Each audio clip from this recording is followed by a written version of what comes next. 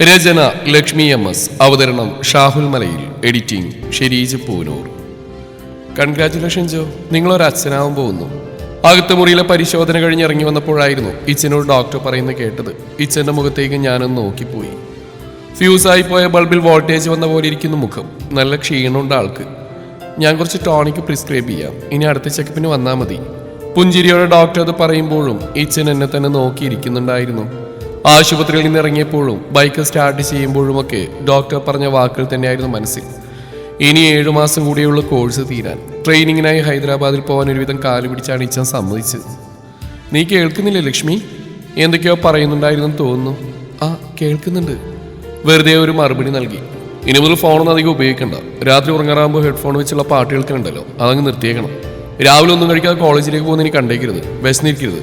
ക്യാനിൽ പോയി ഇടയ്ക്ക് എന്തെങ്കിലും കഴിച്ചേക്കണം. ഈ സമയത്ത് വയറൊഴിഞ്ഞിരുന്നുകൂടാ. പറഞ്ഞു മനസ്സിലായോ? ഞാൻ മെല്ലെ തലയാട്ടി. പിന്നെ എന്തൊക്കെയോ മനസ്സിലായതും മനസ്സിലാവാത്തതുമായ കുറേ നിയമാവലികൾ. ഗൂഗിളിന്റെ ഇൻസ്ട്രക്ഷൻ വായിക്കുന്ന പോലെ ഒന്നും മനസ്സിലായില്ലെങ്കിലും എല്ലാത്തിനും മൗനമായി ഞാൻ അപ്രൂവ് കൊടുത്തുകൊണ്ടേയിരുന്നു. എന്തെല്ലാം സ്വപ്നം കണ്ടിരുന്നാണ് ഒരു നിമിഷത്തേക്ക് ഒന്നും വേണ്ടായിരുന്നു എന്ന് തോന്നിപ്പോയി. ആലോചിക്കും തോറും ഇച്ചനോട് ദേഷ്യമേറി വന്നു. അയാളെ മാത്രം കുറ്റം പറയാതടോ എന്ന് വാണിംഗ് സൈൻ ഇടുന്ന പോലെ പല രാത്രികളും ഡെമോക്രസിന്റെ വാള് പോലെ മുമ്പിൽ വന്ന് തൂങ്ങി ആടിക്കൊണ്ടിരുന്നു.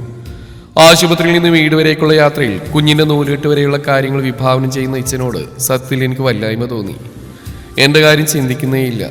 ഈ വീർത്ത വയറും താങ്ങി പിടിച്ചുകൊണ്ടുള്ള കോളേജിൽ പോക്ക്, ബെഞ്ചിന്റെയും ഡെസ്കിന്റെ ഇടയിൽ ഇനി തന്റെ ശരീരം കൊള്ളുമോ എന്ന് ഒന്നുകൂടി സംശയിക്കണം.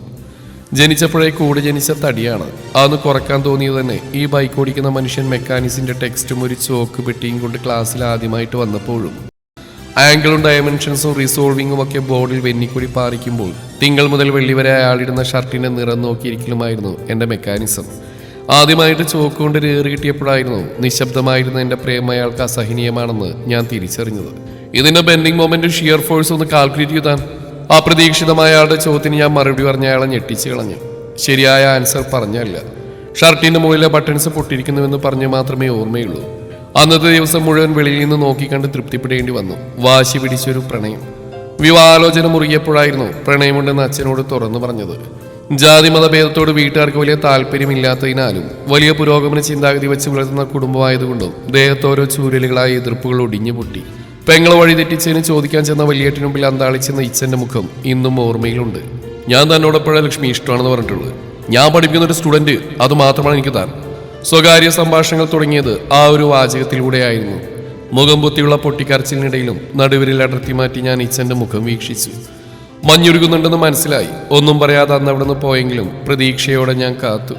ഊണും ഉറക്കവും വെടിഞ്ഞത്, പുസ്തകങ്ങളെ പിണക്കിയതൊക്കെയും വാശിയോടെ അയാളെ തന്നെ പ്രണയിക്കാൻ പ്രേരിപ്പിച്ചുള്ള തെളിവുകളായിരുന്നു. എന്തിനാണ് ഇച്ഛനോട് അങ്ങനെ ഒരു വികാരം തോന്നിയത് അറിയില്ല. അതിസുന്ദരനോ കലാകാരനോ രസികനോ ഒന്നുമല്ലാത്തൊരാൾ, അതായിരുന്നു അയാളിൽ ഞാൻ കണ്ട പ്രത്യേകത. എനിക്ക് തന്നെ മേലും പ്രതീക്ഷയുണ്ട്. ഇങ്ങനെ ഉഴപ്പിടണം ശരിയാവില്ല ലക്ഷ്മി. സർവേ ലാബിൽ വെച്ചായിരുന്നു വീണ്ടും ഇച്ഛൻ്റെ ഉള്ളിൽ ഉപദേശി ഉണർന്ന്. ഞാൻ നെറ്റി വിളിക്കുന്ന കണ്ട് എന്താണെന്ന അർത്ഥത്തിൽ അയാൾ പുരികം വളച്ചു. തിയോഡാലൈറ്റിന്റെ മെഷർമെന്റ് വീണ്ടും റീസെറ്റ് ചെയ്ത് ഞാൻ ചോദിച്ചു, വീടിനടുത്ത് പള്ളിയുണ്ടോ? ഉണ്ട്. എന്തേ? ആ, ഉപദേശം കയ്യിൽ വെച്ചേക്ക്. ഇടയ്ക്കിടെ 2 കുഞ്ഞാടുകളെ ചേർത്ത് കെട്ടി സഭയിൽ വിളമ്പാം.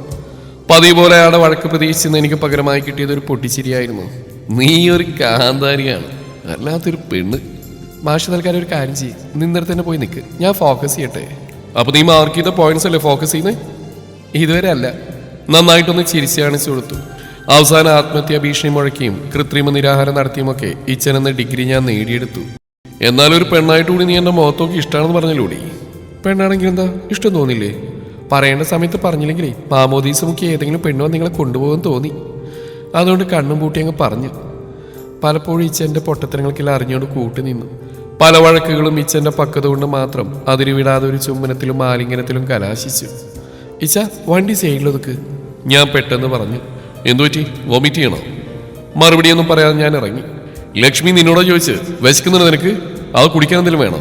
വയ്യാക്കിയുണ്ടോ? തീരെ വയ്യാന്നുണ്ടെങ്കിൽ നമുക്ക് ഹോസ്പിറ്റലിൽ പോവാം. വെപ്രാളത്തോടെയുള്ള ഇച്ഛൻ്റെ ചോദ്യങ്ങൾ എൻ്റെ അരിശം കൂട്ടി. ഒന്ന് നിർത്തുന്നുണ്ടോ ഇച്ഛ? ഹോസ്പിറ്റലിൽ നിന്ന് ഇറങ്ങിയ തൊട്ട് കാണാൻ തുടങ്ങിയ ഈ അച്ചച്ചമയിൽ മതിയാക്ക്. എന്റെ വാക്കുകൾ അവിടെ വേദന കുത്തി വരച്ചിട്ടുണ്ടെന്ന് നിറഞ്ഞ കണ്ണുകളോട് വിളിച്ചോതി. നീ ഇതെന്തൊക്കെയാ ലക്ഷ്മി പറയുന്നേ? എനിക്ക് വയ്യച്ച. 22 വയസ്സേ ഉള്ളൂ എനിക്ക്. ഒരമ്മയാവുള്ള പക്വതയും പാകതയൊന്നും എനിക്കില്ല. ഈ വീർത്ത വയറും താങ്ങി പിടിച്ചൊരു ക്ലാസ്സിലൊക്കെ ചെന്നിരിക്കാന്ന് വെച്ചാൽ ഇച്ഛന് അഭിമാനക്കുറവൊന്നും തോന്നില്ലേ? കല്യാണം കഴിഞ്ഞ് 2 മാസം തേഞ്ഞില്ല. എൻ്റെ കൂട്ടുകാരുടെ മുഖത്തെങ്ങനെ നോക്കും? ഇച്ചനും കൂടി ക്ലാസ്സിലേക്ക് പഠിപ്പിക്കാൻ വന്നാൽ പിന്നെ അത് മതി തൊലിയിരിയാൻ. അത് മാത്രമാണോ? സങ്കടത്തോടെ ഞാൻ എൻ്റെ ദേഹത്തേക്ക് നോക്കി. ഒരു കുഞ്ഞൊക്കെ ആയാൽ ഞാൻ ഏത് വിധാവും. കാലും കൈയൊക്കെ നീര് വന്ന് വീർത്ത് കവിളൊക്കെ തൂങ്ങി. എനിക്കതൊന്നും ചിന്തിക്കാൻ കൂടി വയ്യ. ഇതാണ് നിന്റെ പ്രശ്നം? ഈച്ചൻ സൗമ്യമായി ചോദിച്ചു. ഇത് മാത്രമല്ല, 7 മാസം കഴിഞ്ഞിട്ടുള്ള എൻ്റെ ട്രെയിനിങ് അതിന് നടക്കുമോ? ഇല്ല, എനിക്കറിയാം. ഈ ഒരവസ്ഥയിൽ ഈച്ചൻ എന്നെ ഇത്രയും ദൂരം വിടുമോ? ഇല്ല, അതും എനിക്കറിയാം. എല്ലാം നിനക്കറിയാമെങ്കിൽ പിന്നെ ഞാനായിട്ടൊന്നും പറയണ്ടല്ലോ. ഈച്ചൻ കളിയാക്കിയാണെന്ന് തോന്നിയപ്പോൾ എനിക്ക് പിടിച്ചു നിൽക്കാൻ കഴിഞ്ഞില്ല. നിങ്ങളൊരു ദുഷ്ടനാ. അല്ല, എല്ലാം എൻ്റെ തെറ്റാ. ഈത്തിൽ കണ്ണി പോലെ ഞാനാണല്ലോ നിങ്ങളിൽ പറ്റിപ്പിടിച്ച്. ഈച്ചൻ എന്നെ ഇഷ്ടമാണെന്ന് കൂടി ഞാൻ ചോദിച്ചിട്ടില്ല. അങ്ങോട്ട് എൻ്റെ ഇഷ്ടം അടിച്ചേൽപ്പിച്ചതല്ലാതെ. അതുകൊണ്ട് ഞാനാണല്ലോ എല്ലാം സഹിക്കേണ്ടത്. ഈച്ചൻ എന്താ ഒന്നും നഷ്ടപ്പെടാനില്ല. എത്രയായിരം എല്ലാം ഒരുമിച്ച് നുറുങ്ങുന്ന വേദനയാണെന്നൊക്കെ ഞാൻ കേട്ടിട്ടുണ്ട്. എനിക്ക് വയ്യ അതിനൊന്നും. കാരണം പുകച്ചുള്ള രടിയോ കിഴക്കോ പ്രതീക്ഷിക്കുന്ന എൻ്റെ കയ്യിൽ ഈച്ചൻ വിരലമർത്തി നിറഞ്ഞൊഴുകുന്ന കണ്ണുകൾ പതിയെ തുടച്ചു. ലക്ഷ്മിക്കുട്ടി, നിനക്ക് എൻ്റെ കുഞ്ഞിനെ വേണ്ടേ? ഇരുതോളുകളിലും അമർന്ന കൈകൾ മുറുകുന്നുണ്ടായിരുന്നു. നിന്റെ പ്രധാന പ്രശ്നം മറ്റുള്ളവർ കളിയാക്കുമെന്നുള്ള പേടി. വിവാഹം കഴിഞ്ഞാൽ ഒരു പെണ്ണ് ഗർഭിണിയാവുന്നൊക്കെ സാധാരണ ലക്ഷ്മി. അമ്മയാവുള്ള പക്വതയും പാകതയും നീ ഉണ്ടാക്കിയെടുക്കേണ്ടില്ല ലക്ഷ്മി. അമ്മയാവുമ്പോൾ നിനക്ക് സ്വയം ഉണ്ടായിക്കോളും. അതങ്ങനെയാണ്. അതിലധികം വേവലാതിപ്പെടേണ്ട എന്ത് കാര്യമുള്ളൂ? എൻ്റെ രക്തമല്ലേ നിന്റെ വയറ്റിൽ. നിനക്കൂടിയുള്ള നാണക്കേട് ഞാൻ സഹിച്ചോളാം. എന്തേ? ഞാൻ മിഴിച്ച് നിന്നു. രണ്ടാമത്തേത് നിന്റെ സൗന്ദര്യത്തിനെ കുറിച്ചുള്ള ആധി.